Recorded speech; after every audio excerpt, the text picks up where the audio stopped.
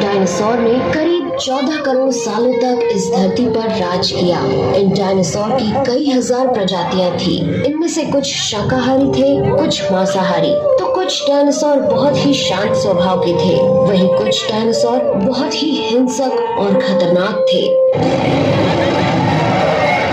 ये उस समय के सबसे सफल जीव थे। लेकिन फिर अचानक ऐसा क्या हुआ?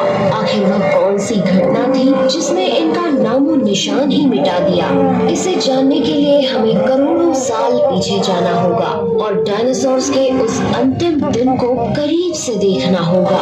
तो 10 करोड़ साल पहले एक छोटा एस्टेरॉयड का टुकड़ा जो सुदूर अंतरिक्ष से आ रहा था, वह पृथ्वी से लगभग 20 करोड़ मील दूर मंगल और बृहस्पति के बीच बने क्षुद्र ग्रह बेल्ट में घूम रहे एक बड़े एस्टेरॉयड से जा टकराता है। इस टकराव से उस बड़े एस्टेरॉयड की दिशा बदल जाती है और वह क्षुद्र ग्रह बेल्ट से निकलकर सीधे पृथ्वी की ओर 22,000 मील प्रति घंटे की रफ्तार से बढ़ने लगता है। जब यह एस्टेरॉयड पृथ्वी से 3,84,000 किलोमीटर की दूरी पर था, तब धरती से शायद डायनासोर का अंत ना होता यदि यह एस्टेरॉयड पृथ्वी के उपग्रह चांद से टकराता। लेकिन नियति को कुछ और ही मंजूर था, इसलिए ये बड़ा एस्टेरॉयड चांद के बहुत नजदीक से गुजर गया।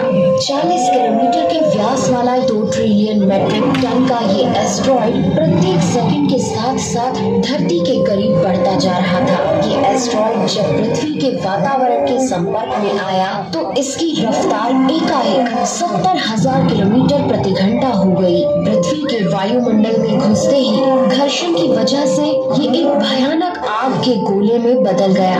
ये इतनी रफ्तार से धरती की ओर बढ़ रहा था कि सिर्फ 4 मिनट में इसने अटलांटिक ओशियन को पार कर लिया।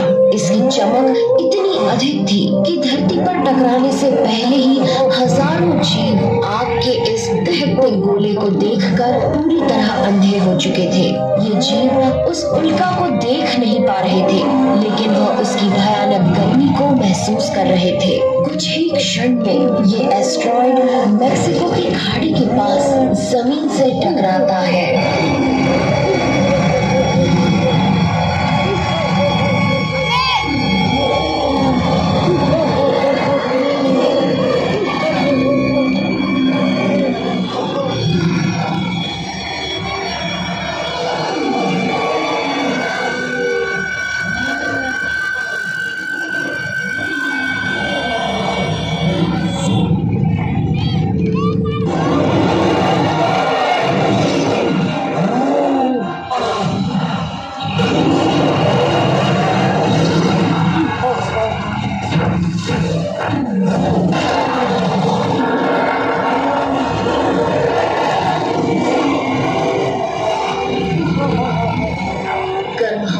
तापमान 100 डिग्री सेल्सियस से ज्यादा हो जाने के कारण धरती पर पेड़ पौधों की लगभग सारी आबादी जलकर खाक हो गई थी। इस महाप्रलय से धरती की कुल 90% प्रजाति पूरी तरह खत्म हो गई थी और जो 10% जीव धरती पर बच गए थे, उनमें से भी सिर्फ वही जीव जिंदा रह सके जिनका वजन 30 किलोग्राम से कम था।